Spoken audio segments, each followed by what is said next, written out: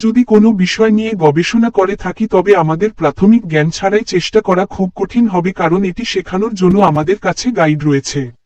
আপনি যদি এটিতে পুরোপুরি পাস করতে চান তবে আপনি এটি বছরের পর বছর ধরে নেবেন। আপনি প্রতিটি জিনিসের গভীরে যান এবং এটি সম্পর্কে প্রাথমিক জ্ঞান এবং সংক্ষিপ্তসারগুলি শিখতে এটি খুব দীর্ঘদিন।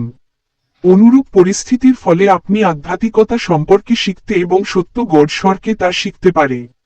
আপনি যখন এই সমস্ত আধ্যাত্মিক বুক, আধ্যাত্মিক অনুশীলনগুলি পড়েন, তখন আপনি জানতে পারবেন না যে সত্য গডস্বরকে। সবাই গডস্বর সম্পর্কে জানতে বিভিন্ন ধরনের উপাসনা বলছে। আধ্যাত্মিকতা সম্পর্কে প্রত্যেকে যে ধারণাগুলি বলেছিল তা শুনে আমরা খুব বিভ্রান্ত হয়ে পড়তাম। কারণ বিভিন্ন ধর্ম বিশ্বে উপস্থিত হয়েছে, তবে আমরা এই সমস্ত ধারণাগুলি পর্যবেক্ষণ করেছি যে এই ধর্মগুলি আজ অবধি অনুশীলন করে চলেছে। কিন্তু এই ধর্মগুলি অনুশীলন করা পৃথিবীতে কোনো শান্তি নেই। আপনি যদি পৃথিবীতে শান্তি চান তবে আপনাকে অবশ্যই সমর্স সুধা সানমার্গা শাখা সংঘকে জানতে হবে। এর অর্থ ব্যাককোট সার্বজনীন শহরে খাঁটি সত্যের জন্য সমাজ। এই চ্যানেলের ভিডিওগুলি চালিয়ে যেতে মিস করবেন না। সত্য গডস্বরকে তা জানতে আপনি গডস্বরকে উপাসনা